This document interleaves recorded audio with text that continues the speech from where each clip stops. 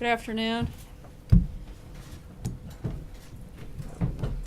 This morning we had the honor of joining the President at the Pentagon to observe the anniversary of September 11th with the families and survivors of the horrific attack on our homeland that took the lives of 2,977 of their brothers, sisters, sons, daughters, mothers, fathers, husbands, and wives 16 years ago. The lives of those survivors and families were changed forever on that day, and our country has never been the same since the unimaginable evil of terrorism reached our shores.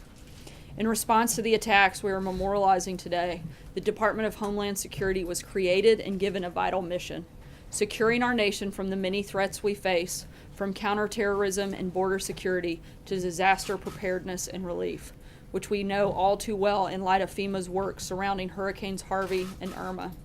The men and women in responding to these storms embody the spirit under which DHS was established. The President recognized Pentagon police officer this morning who sped to the scene of the crash at the Pentagon as soon as he heard of the attack and saved as many as 20 people. Like Isaac, the first responders to Hurricanes Irma and Harvey are running directly into danger to save lives and serve our nation. I hope that every American can take comfort in the fact that in the face of unbelievable tragedy, this country has always come together to heal, protect, and save. From the firefighters and police officers who rushed into burning buildings on 9/11, to the first responders on the ground in Florida, the United States Virgin Islands, and Puerto Rico. FEMA, through its national and regional response coordination centers and liaisons to the National Hurricane Center, continues to actively monitor the track of Hurricane Irma and support local authorities responding to the damage the storm has already caused. I'd like to bring up Tom Bossert, the President's Homeland Security and Counterterrorism Advisor, to provide an update on issues related to Hurricanes Irma and Harvey before I take questions. As always, he'll make an opening statement and take questions, and then I'll be back up to answer further questions. Thanks, guys. Thanks, Sarah. Good afternoon. It's a somber day today, and I and Sarah and others were honored to join the President at the Pentagon in a moment of silence on the South Lawn as well. In addition, I would note that President Trump continued a long tradition of presidents since 9/11 to receive a counterterrorism briefing this morning in the Oval Office from his intelligence community, from his Director of National Counterterrorism Center, from myself and others on the team. Purpose of that is to give the President a sense of the terrorist threat that exists globally into the homeland and give him a sense of what we're doing about it and make sure that he's comfortable with our posture. As I said the other day, we don't have any current active threats against the homeland to our knowledge, and that's a good news story for today. Let me move into a quick thought. Before I do it, though, Sarah noted that we created the Department of Homeland Security in the wake of 9/11. I would note that the government engaged in a massive reorganization of its structures and efforts to create a National Counterterrorism Center, to create a Department of Homeland Security, an Office of the Director of National Intelligence, a U.S. Northern Command, which you've seen now marshal resources in an expert fashion for this storm, a combatant command in the United States of America, and Cyber Command, which you've seen recently President Trump elevate to a full combatant command. And so we've marshaled our resources and we've organized them in a way to confront the threat of terrorism, but also to organize ourselves in a way that will allow us to respond to any event, from a man-made hazard to an unfortunate terrorist attack, but also to a hurricane. So let me see if I can today talk to you about what we've done. I believe Harvey, as I said earlier, was the best integrated, unified, joint federal, local, state response effort that our country has seen in its history. I continue to stand by that. We've got roughly 700,000 registrants now for individual assistance in the greater Houston and South Texas area. Governor Abbott continues to demonstrate leadership, and President Trump continues to work with him and direct his cabinet to not lose focus on the people of Texas. With respect to Hurricane Irma, as you now know, it's a tropical depression. That does not mean it's not a dangerous storm. As you'll see from reporting, Jacksonville is suffering what has been called early some of the worst flooding it has seen in 100 years. And so the category might be reduced, but the effects on Jacksonville, for instance, when you combine storm surge and wind, might now replicate that of a Category 3 storm, even though it's a tropical depression. So as that flooding is ongoing, we have life-saving, life-sustaining operations underway. and we are prayerful that there are not people right now trapped by floodwaters. The president spoke this morning to the governor of the U.S. Virgin Islands. Governor Mapp expressed, and I joined that call, his thankfulness to our administration's help, but to the U.S. government providing such a rapid response and an ongoing response, I would add. So if I could on that, I'll speak to it later. But the mobilization of our military in response to the storms in Puerto Rico and the U.S. Virgin Islands is the largest ever mobilization of our military in a naval and marine operation. And we now have an Air Force carrier deployed in this effort. This is the first ever as well. So we have the largest flotilla operation in our nation's history to help not only the people of Puerto Rico, the people of the U.S. Virgin Islands, but also of St. Martin and other non-U.S. islands affected, and the people of Florida.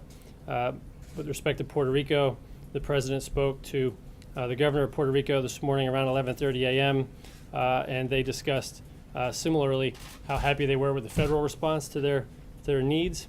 The governor communicated to the president that they still have a large island-wide power outage problem that we are addressing as soon as we can. And then Florida, if I can speak to Florida, I think Governor Scott has been demonstrating an outstanding leadership instinct in pressing forward, continuing the message of getting people out of harm's way, which, by the way, is an ongoing effort. The storm is still hitting the United States, in Georgia and South Carolina. It'll move up through an inland flooding problem in Tennessee, maybe North Carolina, as we see the storm progress. Governor Scott has, at this stage, begun conducting overflight surveys of the Keys, and it looks like to the north and east of Key West, the storms there took, the islands there took the largest brunt of the storm. So I'll be able to speak to that when we take questions.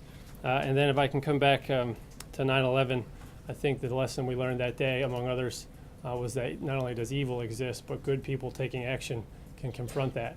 And what I've been assured and reassured about over the last 24 hours is how many good people are taking action. So that's kind of my lesson for today. I'd like to take questions now. John. Tom, in the immediate aftermath of Harvey, the federal response priority was to rescue people who were trapped by the enormous flooding. In the state of Florida, what's the priority for the federal government? There's a number of priorities for the federal government. Right now, because the storm's still ongoing, our priority is life-saving, life-sustaining. Jacksonville and the Keys are taking a considerable amount of our attention right now. But what you'll see in Florida, and more broadly speaking, as a comparative matter, Houston and Harvey was an acutely narrow area of operations comparatively. What we have now is a large-scale area of operations. So what we're trying to do is marshal the resources where they're needed, and so it's a prioritization effort. We are worried about flooding, housing, debris, and power restoration. And power restoration is also a function of access to fuel, refined fuel. And so as you'll see the next days and weeks play out, we will have to clear debris from roadways so that people can gain reentry. Right now, though, the message is not to rush reentry. There are still dangerous conditions, downed electric lines, flood conditions, problems that would be compounded by your reentry. And so listen to your local officials not only about evacuation, but then about when and how to stagger your reentry for a reason. There's a life safety reason, a public safety reason. There's our priority set. Eventually, we'll move into issues about recovery and insurance and so forth. What are you doing on the fuel front? On the fuel front, what the federal government's doing at this stage, and what we did in the 3 or 4 days building up to this event, was to get out of the way. And by that I mean we waived regulations, we waived rules, we waived the Jones Act restrictions to free up additional capacity. Florida is a uniquely postured state in the way it receives refined fuel. It's not part of the larger pipeline system throughout the country. It receives fuel by ship tanker. Those ship tankers then link into intermodal sites where they fill up trucks and trucks distribute. And so what we'll do is clear those pathways, assess those 3 ports where those tankers dock, make sure they're not damaged, and we'll get things back up and running. And Florida Power and Light and others, the nuclear power generation facilities, Duke Energy and others, they'll continue with their professionalism, and they'll bring those facilities back up as soon as possible. Sir. Yes, hi. Do we have any agreements in place with the private sector to contribute to both the response and the recovery, talking about Costco, Home Depot, Walmart, so that we don't have to deplete the disaster relief fund? Yep. as So- a public service. Yeah, no, absolutely. So two things. First, there's a partnership in terms of coordination where those private sector entities are actually built into our coordinating centers so that they can understand what we're doing and how to prioritize their reopening of facilities and the safety of their workforce. But secondly, it is our absolutely baseline doctrine nowadays in the emergency management community that we would rather reopen those stores than continue providing food, water, and temporary shelter to people. It's just not within their regular course of operating business. It's not routine, and it's not something that we can easily sustain. So it's healthier, better, faster for us to reopen those stores as fast as possible. Thanks for that question. Sure. Mr. Prosser, the previous administration saw a connection between climate change and homeland security, and that the frequency and intensity of powerful storms like Harvey and Irma could pose a problem for future administrations. You could have FEMA budgets that can't keep up with the demand when you have powerful storms hitting the country. Is that something that you think this administration should take a look at? We know the President pulled out of the Paris Climate Accord. Are these storms giving this administration some pause when it comes to the issue of climate change and homeland security? I was here in the 2004 cycle of hurricanes, 4 and 6 weeks that hit Florida. I think what's prudent for us right now is to make sure that those response capabilities are there. Causality is something outside of my ability to analyze right now. I will tell you that we continue to take seriously the climate change, not the cause of it, but the things that we observe. And so there's rising floodwaters, I think 1 inch every 10 years in Tampa, things that would require prudent mitigation measures. And what I said from the podium the other day and what President Trump remains committed to is making sure that federal dollars aren't used to rebuild things that will be in harm's way later or that won't be hardened against the future predictable floods that we see. And that has to do with engineering analysis and changing conditions along eroding shorelines, but also in inland water and flood control projects. So, Yeah, and just to follow up on that, when you see 3 Category 4 hurricanes all on the same map at the same time, does the thought occur to you, geez, maybe there is something to this climate change thing and its connection to powerful hurricanes? Where you just separate the two and say, boy, these are a lot of big hurricanes coming our way. well, I don't know if I say either, but I do note that there's a cyclical nature to a lot of these hurricane seasons, and I thank the scientists for their forecast on this particular one. They were dead on that this would be a stronger and more powerful hurricane season with slightly more than average large storms making landfall in the United States. So we'll have to do a larger trend analysis at a later date. Sir. Yeah, follow up a little bit on just the budget. What kind of pressure? You've had wildfires in the West, 2 major hurricane strikes. So what pressure on the federal government's budget has these natural disasters put? And how are we going to react to it? Are there going to be programs cut? Are there going to be reassessments of what goes on in order to rebuild the infrastructure? It's going to take several years. Yeah, I think the President and Director Mulvaney and others started the process of a bipartisan discussion on this point. I think right now we have plenty of resources to get through this. That was the nature of the appropriation that we saw, and the second appropriation that we will see at the end of this month, subject to the regular course of order in a fiscal year. We'll ask for a third, perhaps fourth supplemental appropriation for the purpose of rebuilding. We'll do it smartly to the previous question, but in terms of pressure on the budget, this is a disaster relief fund issue. It's funded a little bit differently, and I have every belief that this president will end up with proposals, as he started his administration with, that will lead to a balanced budget. But to get too far into how that works in the politics is way outside my lane, and I'll... Just to follow up, at any point in time, as you're taking a look at this issue, is there any chance that FEMA, the EPA, and some of the places that were cut will see more money go into their budget? I think that we'll put money in as money is needed to address the needs. So I think what you'll see here is the same trend that I alluded to earlier. 2004, we had a large spike in disaster relief funding, but we also had to elevate the cap on flood insurance, and we'll probably end up having to do that again here. You'll see, though, over a longer span of time, even the flood insurance budget is red and black again, based on claims and based on premiums. So we'll analyze it in that fashion, but I don't have any prediction for you on that. Ma'am in the middle. I asked you 2 weeks ago about Harvey, and you said, I asked you about housing, and I wanted to know if you had an update on the issues of housing, since now we've got Harvey and now Irma and what else is coming along the way. Can you give us an update as to locating housing for those who've been displaced? Locating housing in Texas? Housing in Texas, housing, Yeah. I mean, for those who need housing, be it Texas, be it outside of the state, what Okay. have you for the moment? So I'll answer both. So in Texas, again, going back to praising the governor, he's done what we haven't seen done so well in the past, and that is he's owning the housing problem with a task force that he's initiated. He's also assigned a person to be in charge of long-term recovery, and there's 4 or 5 solutions to the housing problems in Texas. Of course, some of them are short-lived, and what you'll have to do is find short-term solutions. People can stay in their home. It's been flooded when when the drywall's ripped out, when the repairs begin, they're going to have to find another place to live temporarily. So we try to find hotel solutions. In some cases, FEMA has initiated a manufactured housing solution where they'll put a mobile home or travel trailer on your property that you can live in for a period of time while your home's being repaired. Those are the ideal solutions when there's enough acreage on your lot for that housing unit to sit. You can then move back into your home and we can remove that temporary unit. That's essentially the option that we have right now. The third option, of course, is just distance. So there's available rental stock, but you have to draw a larger circumference as people move away from their homes and into rental stock available farther away. So we have some analysis done on the available rental stock and the available manufactured housing stock. We can get that to you after the podium brief here.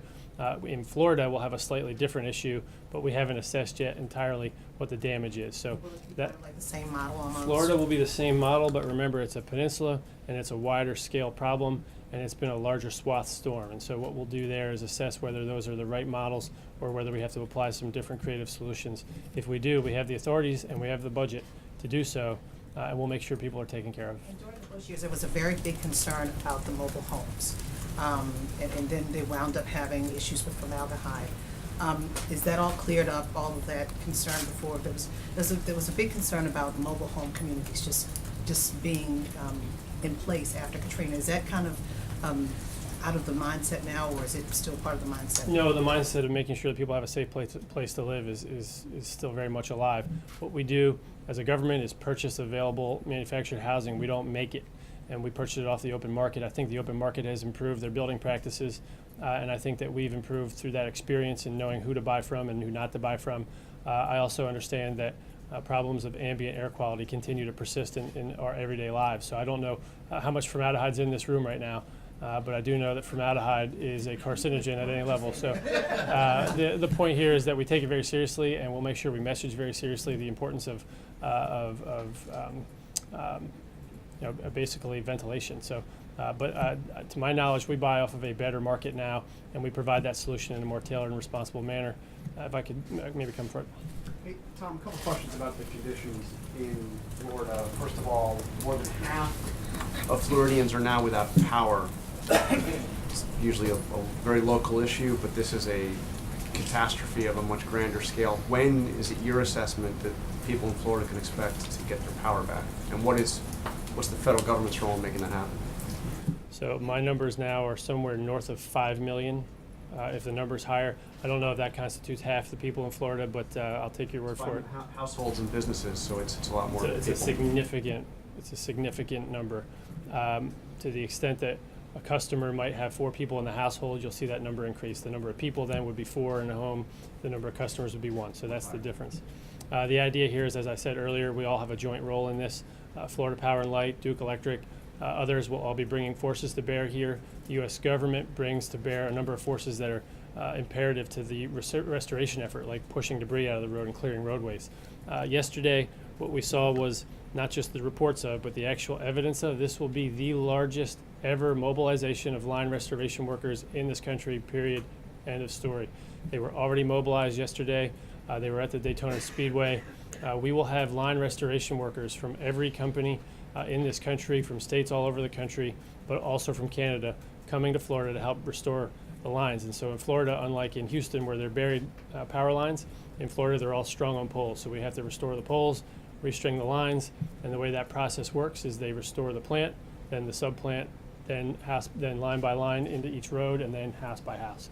And you can't hook up each house until the homeowner makes sure that it's safe. You don't want to burn the house down with flood damage and corroded lines and so forth. So it is a literally joint effort, from federal clearing to public and private partnerships to line restoration efforts that are partnered in the for-profit and regulated world, all the way through to the individual homeowner. So that's how that process works. What's your assessment of how long that's going to take? I would caution people to be very patient here. Between re-entry and that process, we could have power down in homes for the coming weeks.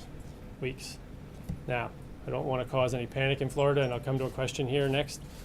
There are hospitals and nursing homes and other facilities that have generator power to provide services that are necessary. And there, the concern is providing fuel to those generators should they run out. And from that perspective, the federal government provides a great deal of fuel, a great deal of transport assistance through Transcom and other contracts, and we give that fuel to the state and locals, and they distribute it to those, I said wholesale and retail distribution, that's the best analogy. They distribute it to those facilities, and so that's our role there as well, and we expect that to happen seamlessly. Sir? Is preventing price gouging in the state of Florida a federal responsibility, or is that up to state officials in Florida and local officials there? It can be both, and I think you'll hear from the Attorney General later, so I'll let him explain to you what he'll do to prevent fraud. I think he's going to announce an effort on that this week, and I think you've already heard Pam Bondi announce that she is conducting active gouging and anti-fraud practices when there are state and local laws at play. So both is the answer, but I can tell you that neither officials, the Attorney General of the United States or the Attorney General or Attorneys General of the states, are going to tolerate gouging. I think that's something that people ought to think twice about. Sir? You raised the possibility of a third and fourth supplemental for disaster relief. Can you tell us how much money the administration wants included in those supplementals, and are you going to put language raising the cap for flood insurance in that legislation as well? So on the first point, no. The reason we pursued this approach is we're trying to make sure that we have responsible estimates as opposed to making wild guesses now. We're going for the amount of money we need to get through this response operation phase, and as we transition into recovery, we'll analyze the damage, figure out how much money we might need, and go up for another responsible request. If we got that wrong, then we'd go for another if necessary. It's not necessarily wrong, but if we estimate a world and find actuals don't meet those estimates, then we'll go up and rectify. With respect to flood insurance, we'll see how many claims come in, but the flood insurance program had $8.6 billion roundabout available to it. If claims exceed that amount, we'll go up and ask for the cap to be raised. Sir. I was hoping you could drill down a bit more on the efforts to evacuate Americans in the Caribbean. You described the military mobilization. I know that the State Department has stood up a task force, and they're working around the clock in their operations center. Can you assess those efforts, and can you give a message to Americans who are right now in dire straits in the Caribbean who might be listening to this? What should the expectation be for an evacuation? How soon can the Americans get the Americans out? While I'm preaching caution to make sure people understand that this is an ongoing effort and that there's still going to be long, painful days ahead, I am doubling down on my assertion that this is the best integrated, full-scale response effort in our nation's history. That includes the U.S. Virgin Islands and Puerto Rico and non-U.S. Islands where we helped American citizens during a window of operational safety between Jose and Irma. This has been a large event, and you're going to see a lot of positive stories from it. Now, control expectations. You're on an island where we have to transport commodities, food, and water, where we have a long road ahead of us to bring electric power back online. But we've assembled two of the most powerful naval relief flotillas in recent memory, a total of 9 large ships. I'm going to just cut right to the Kearsarge, Oak Hill, Wasp, McLean, and the the Abraham Lincoln, the Iwo Jima, the Farragut in New York. That is a aircraft carrier and large platforms for helicopters, 80 or more helicopters flying sorties right now. That is an operation that for most Americans, if you can't picture it, has never been mobilized for this type of emergency response effort in our history. And so to the extent that I can assess it, I'm pretty proud of that. To the extent that it meets the need, I'm going to hope it does, because we're saving hundreds, if not thousands, of people off of these islands at this point collectively. And so if the burn rate's not fast enough, I'd be surprised, because we're mobilizing ourselves in ways that we've never mobilized before. And Governor Mapp, the President of the United States, and the Governor of Puerto Rico, Rosello, were all very pleased in their phone calls today. So I'm in no better position from this podium than they are from their locations to assess it as a positive outcome. So, Quick question, with so many people who evacuated from the Keys and given the level of destruction there, any time estimate on when people might be able to return to the Keys? the Keys are going to take a while. We have not assessed the structural integrity of the bridges there. There's some early reason to believe that some of the drawbridges that were up may or may not have been bent. And so restoring those is going to take some time. That Route 1 is a large, expansive bridge, essentially. All of the undergirding there has to be examined for structural integrity. I would expect that the Keys are not fit for re-entry for regular citizenry for weeks. If that's wrong and I'm wrong, then fine, then let the local officials bring you in. But I would set that expectation pretty broad right now. And I would say that for the people that chose to stay, they had every warning to leave. We hope that they took that warning, and those that didn't, we're going to get back down there as soon as we humanly can. And right now, we don't know. We had 3 or 4 overflights today. I talked to the FEMA administrator just before coming out here, and he is not certain yet that we've had a good overflight assessment of where all those people might be. Neither of us would be surprised if lives were lost, but neither of us would be surprised if the responders are going to get down there aggressively. So we're doing everything we can to help them. So I see Sarah. I'm gonna actually end on that if I could, and end where I started. Today is the day of solemnity and remembrance for 9/11. It is why I got into this business, and it's why I believe our government is now organized for the level of response that we've seen. And it just goes to kind of show what we've got if we want to bring ourselves together and helping our fellow humans under good leadership from President Trump. I think we've put forward a good effort.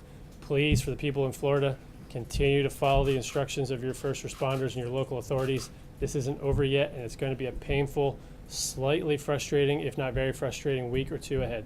Thank you all very much. Thank you, Tom. As he wrapped up, he reiterated the need to listen to local authorities.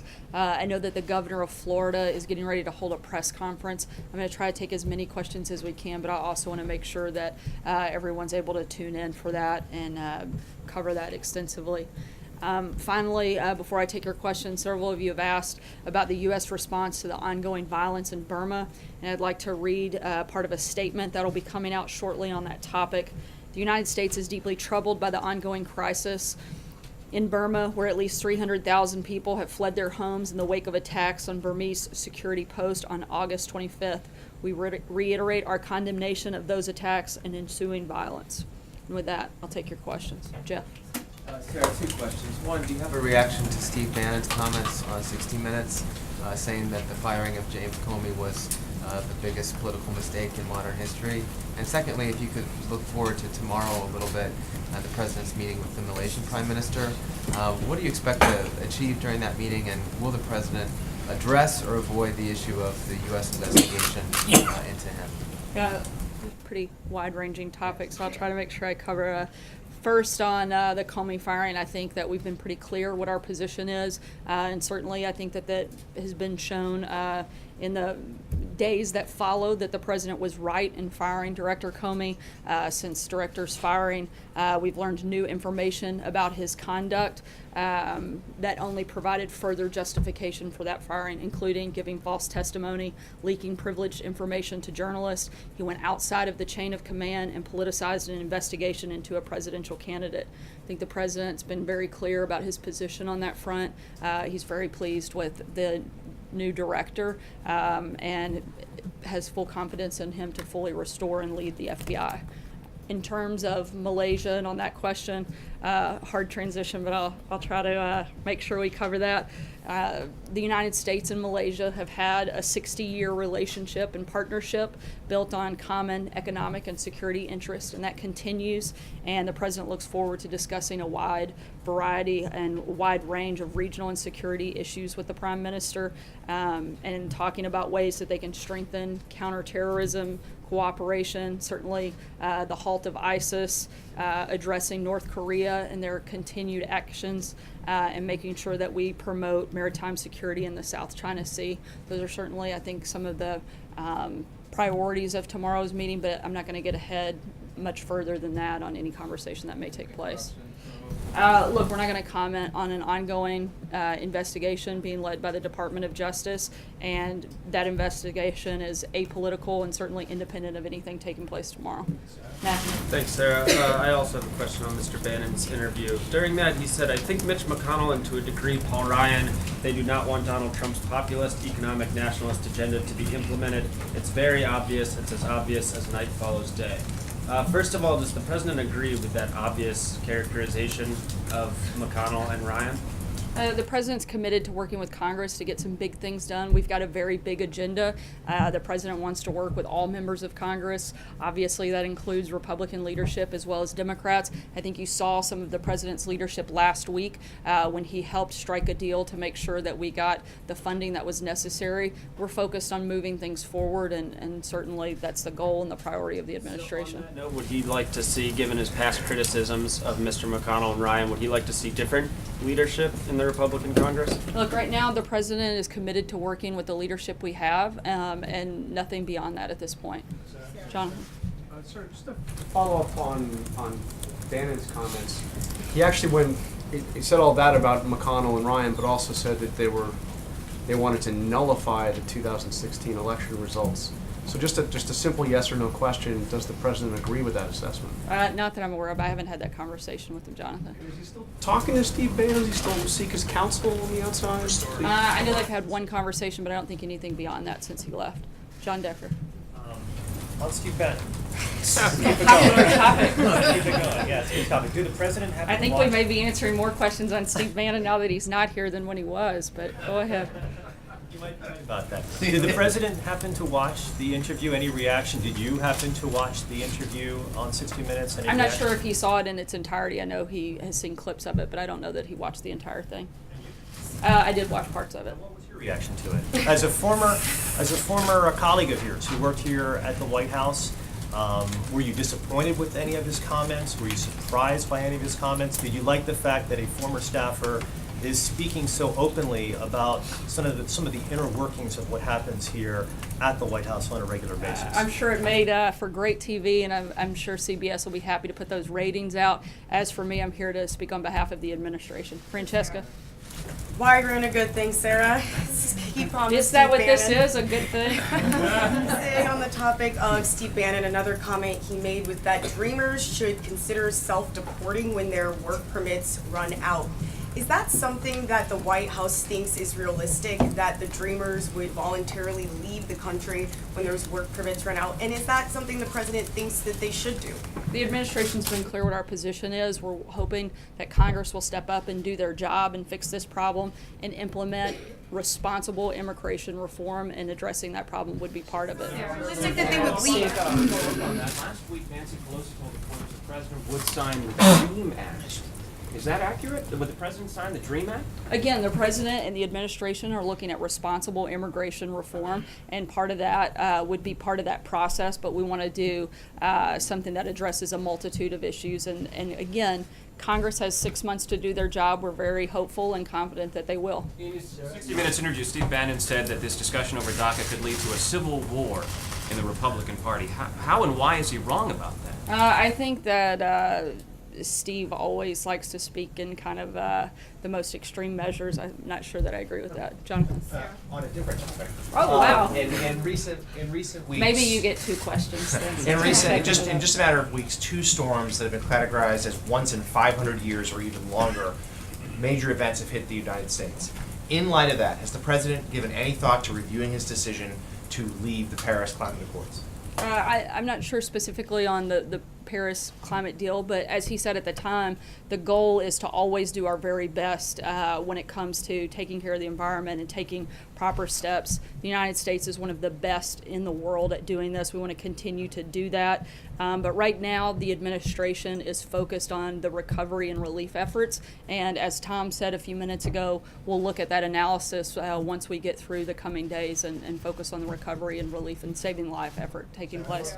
Hallie? 2 questions. To follow up on John's question a little bit here, and since you said you do speak for the administration, can you clarify whether the president believes human activity contributes to climate change? The president's addressed this already. I'm asking you to address if that's changed given these storms. I don't think that it's changed over the last several weeks, and again, he's addressed his opinion on that several times So my since. second question is actually on something that happened back on August 10th, as you know, which is the president declaring that he wanted to have a national emergency when it came to the opioid crisis. It has now been more than a month since he said that. That's a delay for a president who likes to do things quickly, as he has often said. Is the president taking this seriously enough, and when does he intend to declare this emergency and actually get the ball rolling on that? Absolutely taking it very seriously. The commission and members of the administration have continued to meet and work on the details of that national declaration, and that's certainly a big priority for the administration, and we'll continue to focus on pushing that through. What's taking so long? We know this is a president who likes to It's snap his a fingers and do much things. more involved process, and that's something that they're working through on the legal side, the administrative side, and making sure that it's done correctly. Ask about Steve Mnuchin. Tricky, Bender. He and Cohen are going up to the Senate tomorrow to talk to the Budget Committee. What do they want that budget resolution to look like, and does the administration support the House budget? Look, I don't want to get ahead of their conversations, and I'll let Secretary Mnuchin, I think, plans to address that in further detail tomorrow. John? One on Steve Mnuchin real quickly. He took some criticism last week from Republicans for his handling of the debt deal. What does the president think of Secretary Mnuchin's performance so far? The president has confidence in Secretary Mnuchin and is glad that he is part of the effort working with Gary Cohn to get tax reform done this year. Just to drill down a little bit on what you said a moment ago regarding James Comey, you said that he was responsible for giving false testimony. Do you believe that Comey either perjured himself before Congress or at the very least misled Congress in his testimony? I think that's something probably for DOJ to look at, not me. I'm not an attorney. Jen? Two questions, one on the Equifax leak and one on tax reform. If a big tax reform bill doesn't pass by December, would the president support adding middle-class tax cuts to the end of the year tax extenders bill that the Congress has to pass? We're focused on making sure we get a complete tax reform package. That's the goal. You would support? Right now, that's the focus, and if that doesn't happen, we'll look at other options at that point. Americans' personal data security after the Equifax leak, is more regulation warranted for the handling of Americans' personal data? I think this is something we have to look into extensively. Tom Bossert will be one of the primary people taking the lead on that front, and certainly something we have to explore all the best ways to make sure that Americans are protected in that sense. Thank you. Was the president disappointed by Steve Bannon's comments on 60 Minutes? I'm not sure if he was disappointed in the comments. And separately, did Steve Bannon warn the president that firing James Comey would be the biggest political mistake in modern history?